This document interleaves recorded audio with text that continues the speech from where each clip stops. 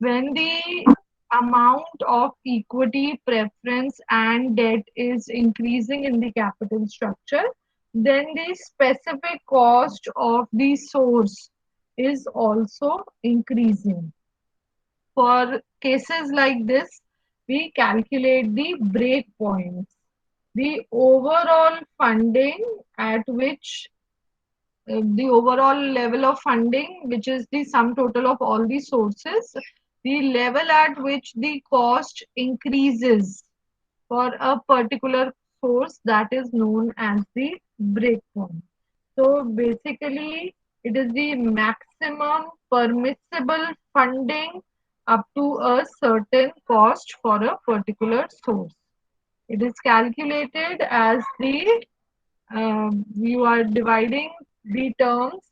In the numerator, you are having maximum funding from the source at the specific cost, dividing it by the proportionate source of the funding in the overall capital structure.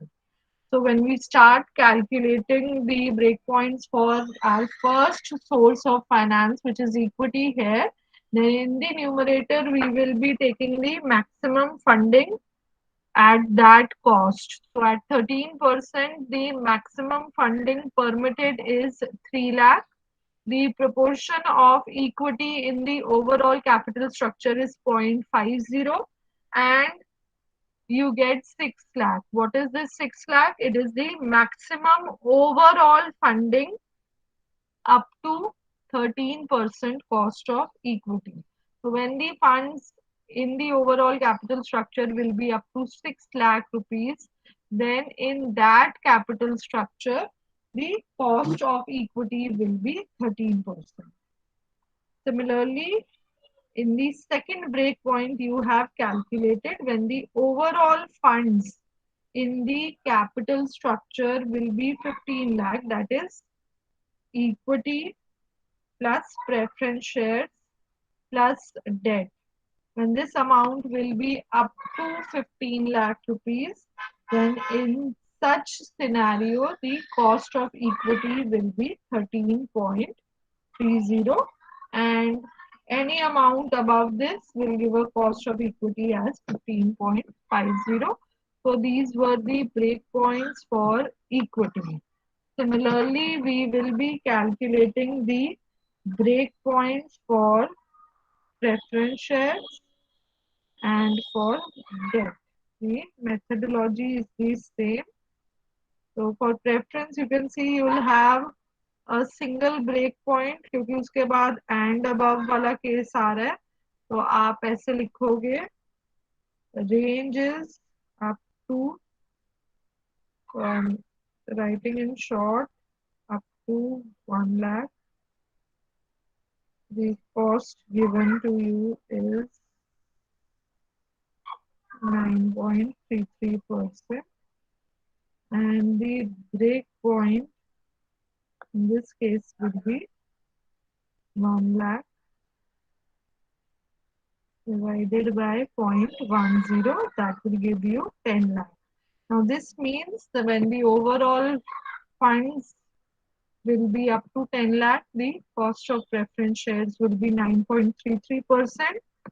When the overall funds they move beyond 10 lakh rupees, then your overall cost will be, oh sorry, the cost of preference will be 10.60%. So basically in the upper range there is no break point. Then for debentures, again the range, specific cost and break point.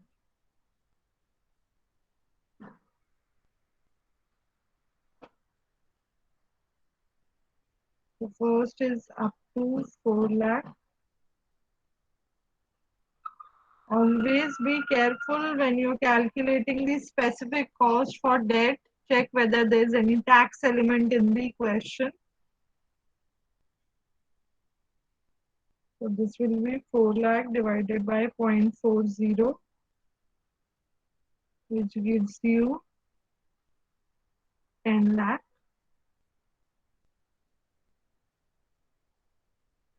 4 lakh to 8 lakh.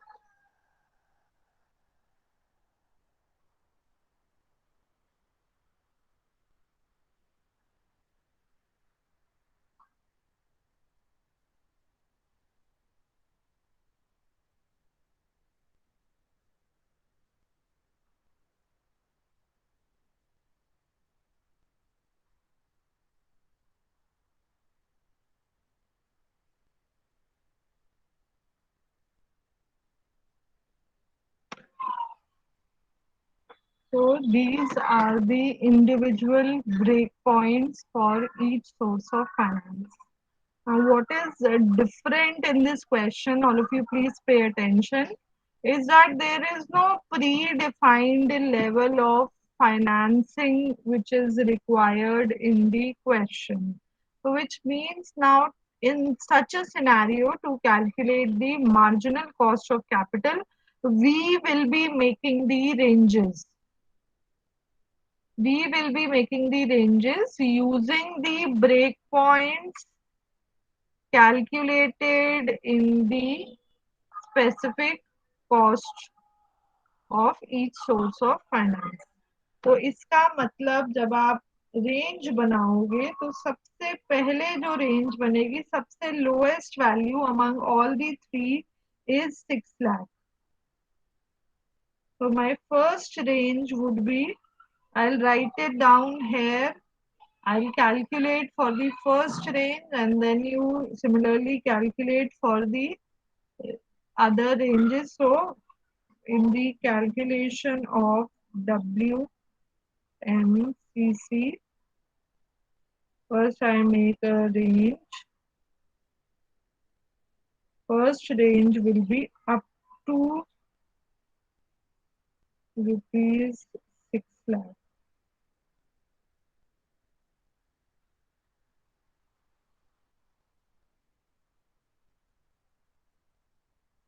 After this, these sources. We have three sources: equity shares. I am using short forms. Please don't use them in your exam. And long-term debt. Weight is already predefined in the question. So this is 0.50.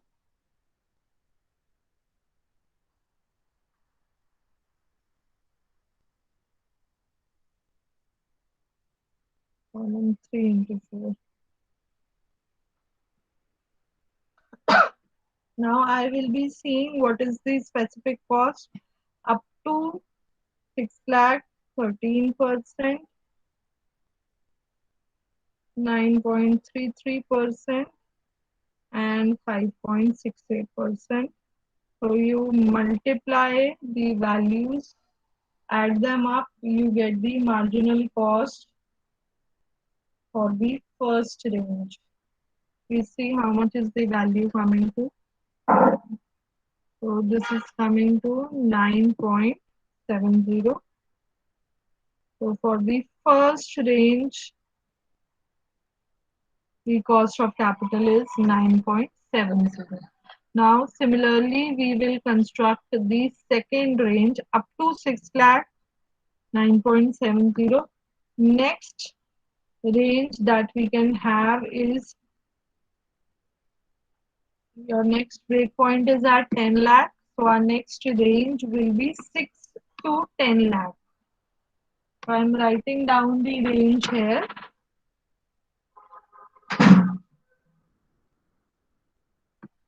So this is how we will write down the range. Next range will be, remaining columns remain the same, 6 lakh to 10 lakh. Again, you will calculate the cost for this range using equity, preference, and long-term debt. Now your specific cost of capital will vary as you can see in your calculations. Cost of equity will change. Wait and all, you can complete the rest. I'll just write down the specific cost. Now the cost of equity will be taken as 13.30%. Preference remains the same at 9.33%. And for long-term debt also, for the time being, the cost remains the same. Put the weights, multiply, see how much is the cost coming to here.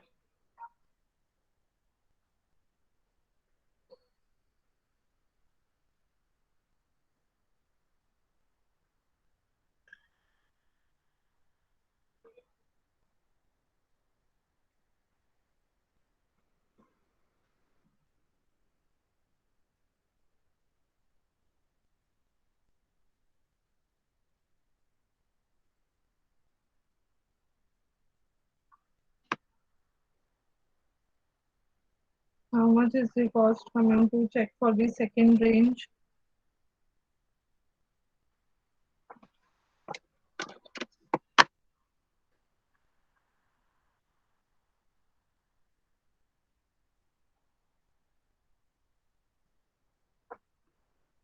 Okay, so for the second, it is coming to 9.855%.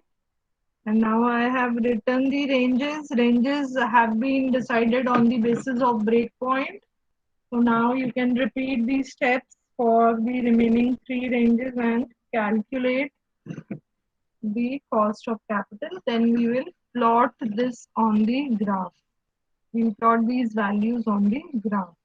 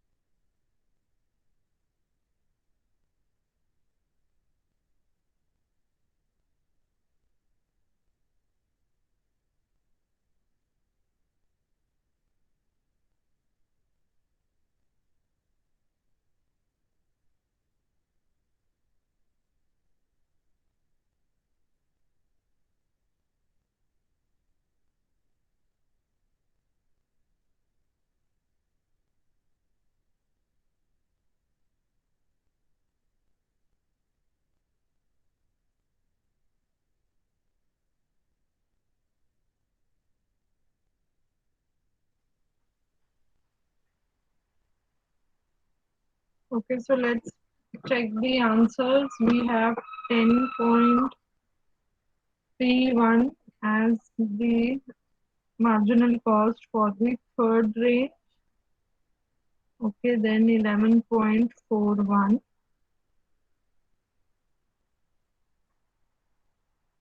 and 11.65%. So good. The ones who have solved, all of you have solved correctly. The only thing left in the question now is to plot this on a graph and make the WMCC curve. So I will be using the values you people have calculated here and plot a graph. Take a blank page. Okay, so in the graph on your y-axis, you will have WMCC in percentage,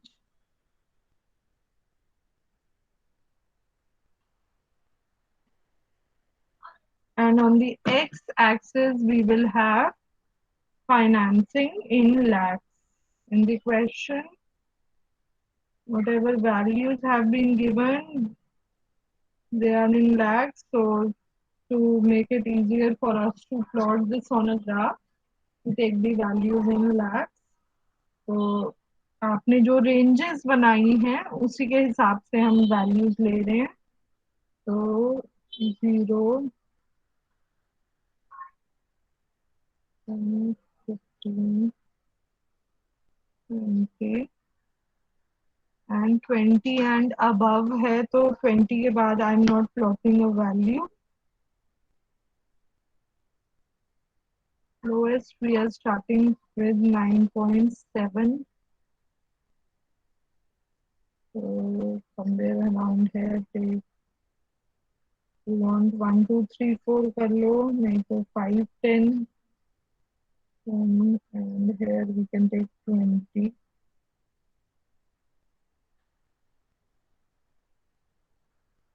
So 9.7 will be somewhere here. 9.85 a level higher, and it is 11 point.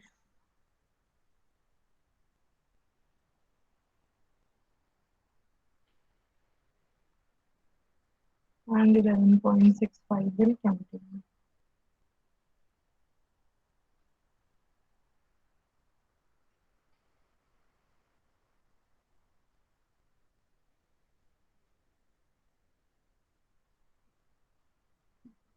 One more step I have missed.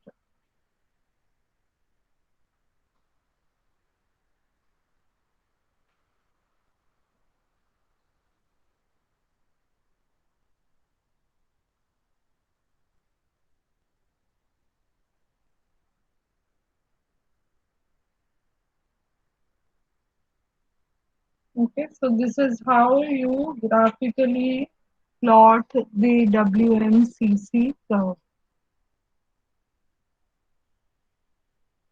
I have taken intervals of 5. You want, you can take intervals of 1, 2 as per your convenience on the y-axis, so that these steps are more clearly visible. You can take it in ones or twos also. I hope this is clear to everyone. We'll take up a couple of more questions and we wind up cost of capital.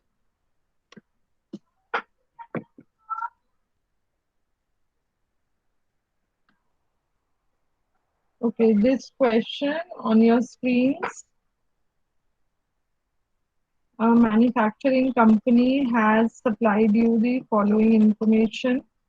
You need to calculate the specific cost of capital for each source of finance, and as you can see, you have four sources of finance here: equity, retained earnings, preference, and debenture. Also, what is different in this question is that for equity shares, you are given a flotation cost. Whenever flotation cost or brokerage cost is given, then your cost of equity will not be equal to the cost of retained earnings. In that case, the cost of retained earnings will always be lower than the cost of equity. We had done this in the theoretical explanation. I'll repeat that part. In absence of any flotation cost, we take the cost of equity to be equal to cost of retained earnings. But when we are having a flotation cost, then the cost of issuing equity in the market will always be higher than the usage or the cost of retained earnings. So in this question, what is the different is that you need to calculate cost of equity and cost of retained earnings separately. Rest everything we have covered. So what we will do is I'll help you calculate the specific cost of capital and then you can calculate the weighted average cost using book value weights. So starting with the cost of equity, you have a growth rate. So this is the case of dividend plus growth. So you are accordingly using this formula here. Okay, for equity shares, you are given that the cost of equity share, the market price is 115, but the flotation cost is 5 rupees. So which means that your net proceeds will be 110 rupees. The dividend expected at the end of the current financial year is 11. So you will be taking D1 as 11. You solve this and you get the cost of equity as 10 and 18%.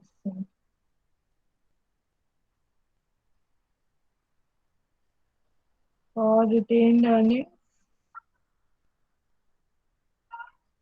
this will be D1 by P0 plus G. So simply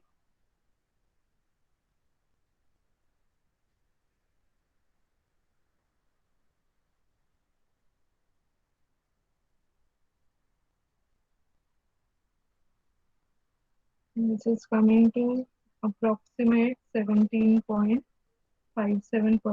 and you can see that the cost of retained earnings is lower than the cost of equity.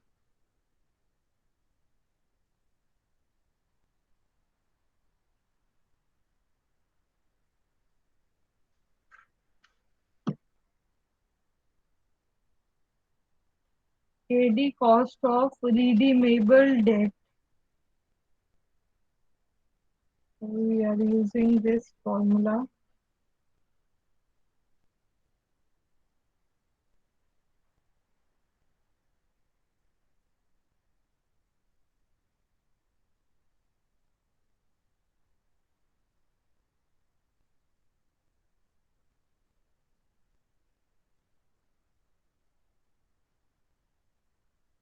Face value of each debenture is 2500.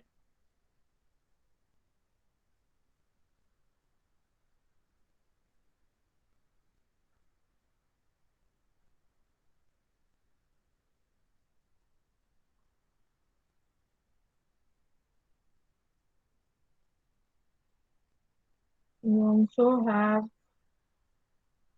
quotation cost. So from 2500 we will be subtracting 2%, and the debenture are redeemable at 5% premium. So this makes the redemption value as 2625, net proceeds as 2450.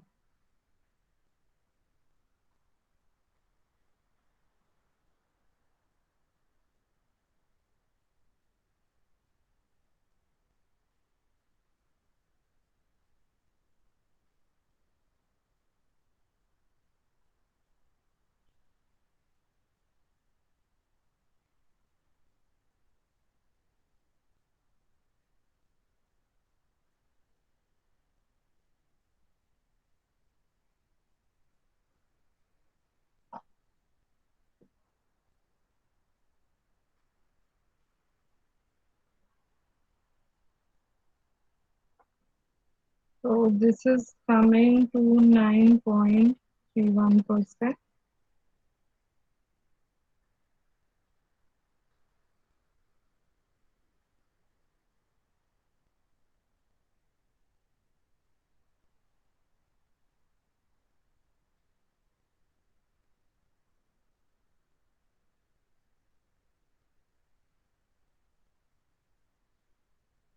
For preference, we are simply taking the preference dividend divided by the net proceeds or market price.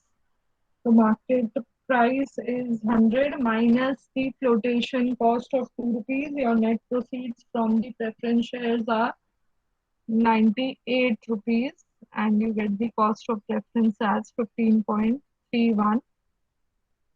Please calculate the weighted average cost now as per book value weights.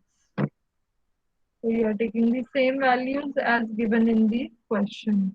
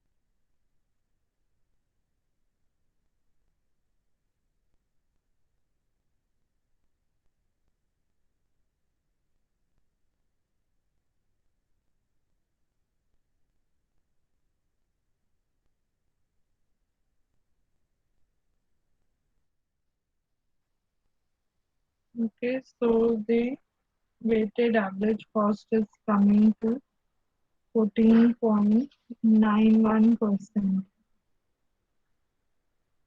which is as per book value weights.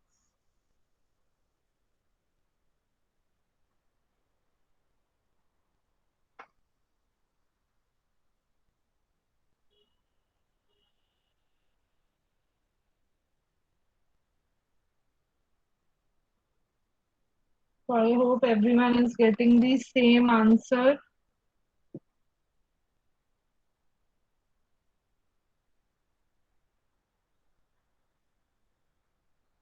One last question from this chapter on cost of capital.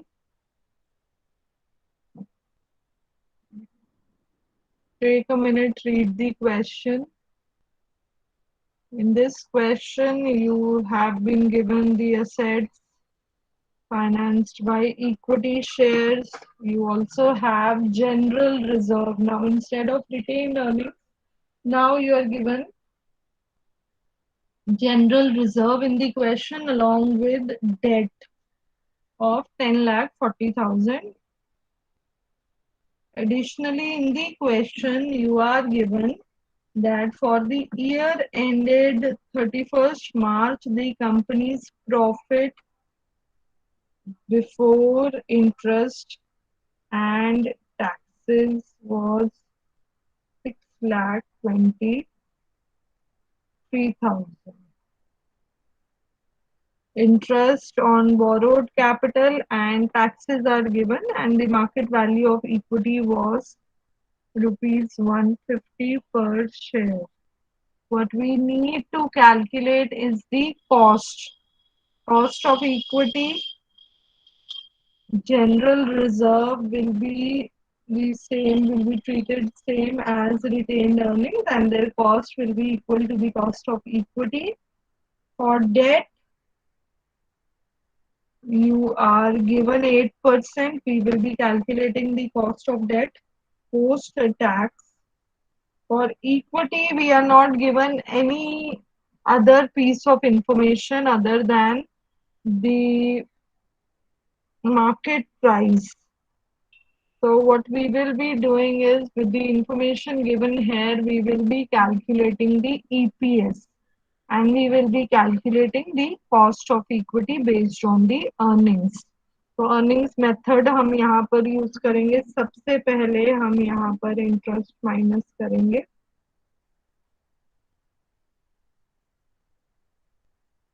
So this is coming to 83,200, which is 8% of 10,40,000.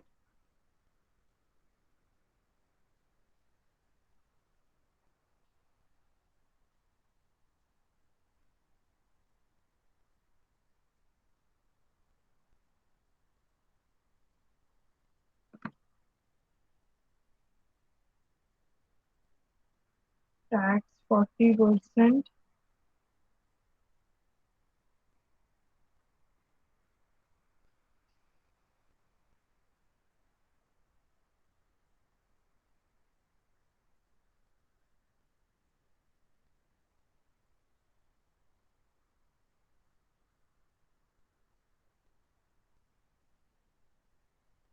Now you get the profit after tax, or here, because there are no preference shares, this is the earnings available to equity shareholders. So you can calculate the EPS as profit after tax divided by the number of equity shares.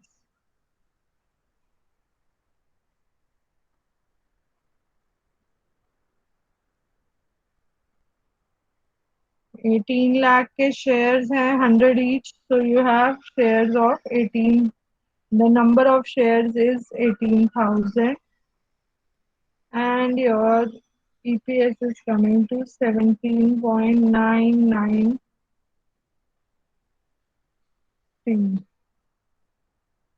If you want, you can round this off because this is very close to 18. So I'm taking this as rupees 18. And now my cost of equity will be EPS upon the market price, 18 by 150. This gives you as 12%. Your first source has cost of 12%. Your general reserves will also be at 12%.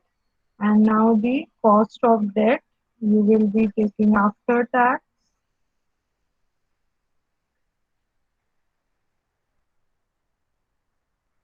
So this comes to 4.8%.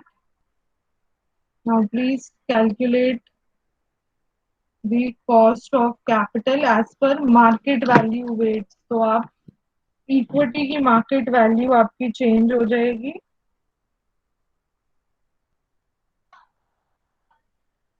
Now you're given that those 18,000 shares have a market value of 150 rupees. Please complete the question.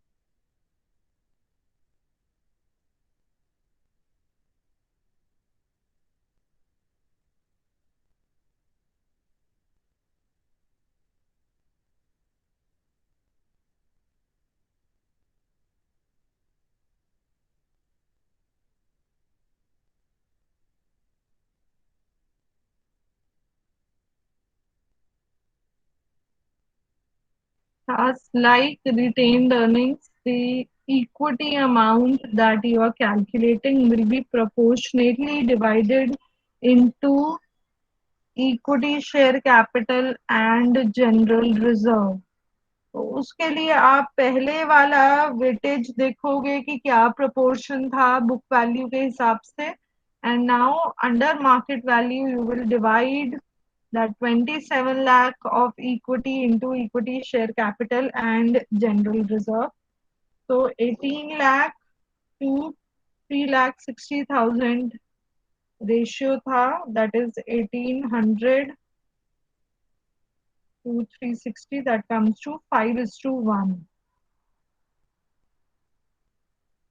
So 5 upon 6 into 27 lakh,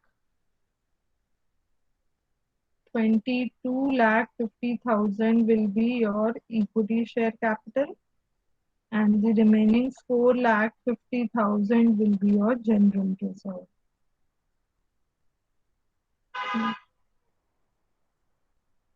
See how much is the overall cost coming to. If there's any doubt, you can ask.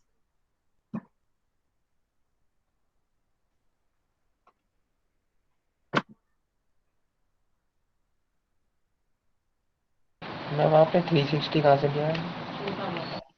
ये बेटा आपका जो question में दिया हुआ है 18 लाख के तो शेयर्स थे और 3,60,000 जनरल रिजर्व था. General reserve is always part of equity, तो उसकी अलग से कोई मार्केट वैल्यू कैलकुलेट नहीं होगी. जो इक्विटी की मार्केट वैल्यू है उसी को हमने रेशियो में डिवाइड कर दिया है to get the value of equity share capital and general reserve.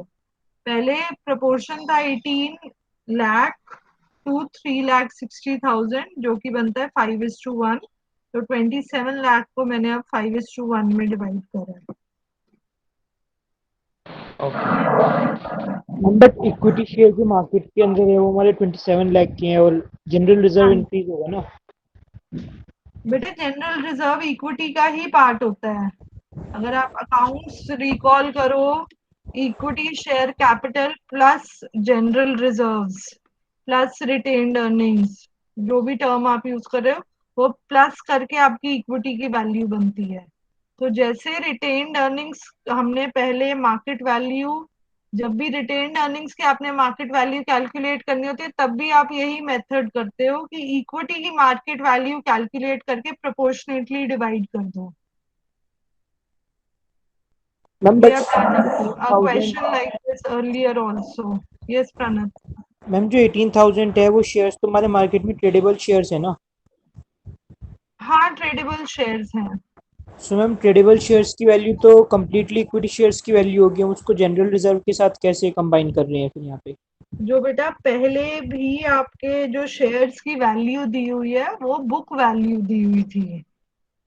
अब जो मार्केट वैल्यू से टोटल वैल्यू बनती है वो डिवाइड होकर ही आएगी, क्योंकि जनरल रिजर्व इक्विटी का ही पार्ट है। तो जो आप मार्केट कैपिटलाइजेशन बोल रहे हो उसमें जनरल रिजर्व का एलिमेंट भी इंक्लूडेड होता है। Okay ma'am. ठीक है, तो ये अकाउंटिंग ट्रीटमेंट है basically, not related to finance, totally ये अकाउंटिंग ट्रीटमेंट होती है। तो जब आपने बुक वैल्यू पे इक्विटी को डिवाइड करा हुआ है शेयर्स और जनरल रिजर्व में, तो आपको मार्केट वैल्यू पे भी सेम डिवीजन फॉलो करनी होती है।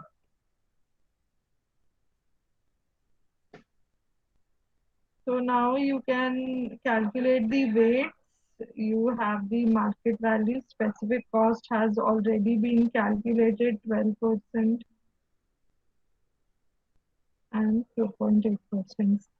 So I have the answers in the chat box. 9.1 और 9.98 में बहुत डिफरेंस है. Please cross check your calculations.